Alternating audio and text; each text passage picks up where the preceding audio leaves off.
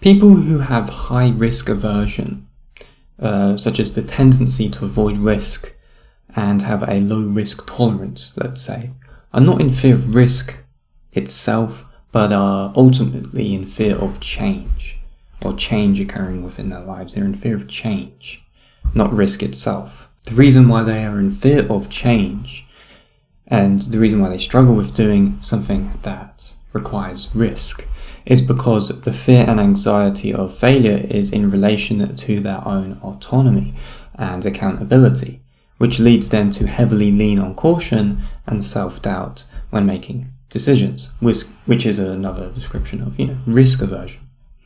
But risk-averse people adopt a very faulty, limited mindset. They are blindsided, in a sense, by the fact that risk can be ultimately an illusion at times. Now, why might this be so? They only have risk aversion, people who have this, towards committed action which will cause change in their lives, yet they are not risk averse towards inaction, even when they treat inaction as a safety net for complacency and comfort, something that resides to be and always will be their comfort zone, something that they can go to when they are afraid or when someone needs comfort in some sort of way. This makes no sense, because inaction is a greater form of risk. This illustrates very obviously that it's instead a fear of change, for change takes us out of our comfort zone into a place of uncertainty, and this is why people have risk aversion towards committed action, because they have a fear of change. Inaction, instead, the reason why it's a greater risk is because it will lead to regret, self-deprecation, and resentment, which for an individual's well-being is much more damaging to one's self-esteem and self-image in the long term than actually committing to action itself, especially when you are not showing up for oneself whilst falling under the weight of fear and anxiety or uncertainty. So we need to realize here, especially if you yourself suffer from kind of taking risks with your own life, jumping at opportunities, taking that leap of faith, you need to realize that inaction itself is the greater risk, not action itself. Inaction is a greater risk. Only the fear within you is telling you that action is the greater risk, yet it is our duty to overcome it and prove ourselves in the face of fear.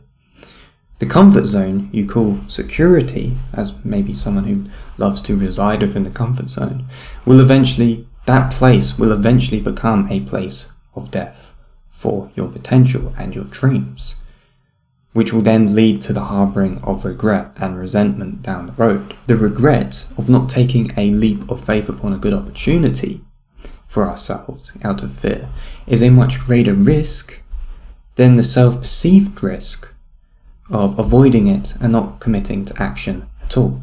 This instead is the most brutal risk you could ever take, which is inaction itself. So if you feel like you resonate with this message of risk and risk aversion, and you actually do think, this actually is more to do with a fear of change, and if you believe risk aversion is keeping you behind, you can jump on a free one-on-one call with me, an anti-procrastination discovery call, where we can dig deeper into a conversation to understand what it might just be for you personally that is causing the procrastination and the inaction and the fear, because most procrastination is rooted in some sort of fear and some form of anxiety, past experience, trauma, self-limiting belief that is holding you behind. Procrastination isn't just because someone procrastinates. Usually there is a lot more of a reason behind the procrastination itself. So if you believe that resonates with you and you believe that is something you want to partake on to overcome these problems, book in a free one-on-one call with me and we'll see where things go from there. But with that said, guys, thanks for watching this video. I hope it was informative for you. Share it around, give it a like, comment your thoughts down below, and I'll speak to you in the next one.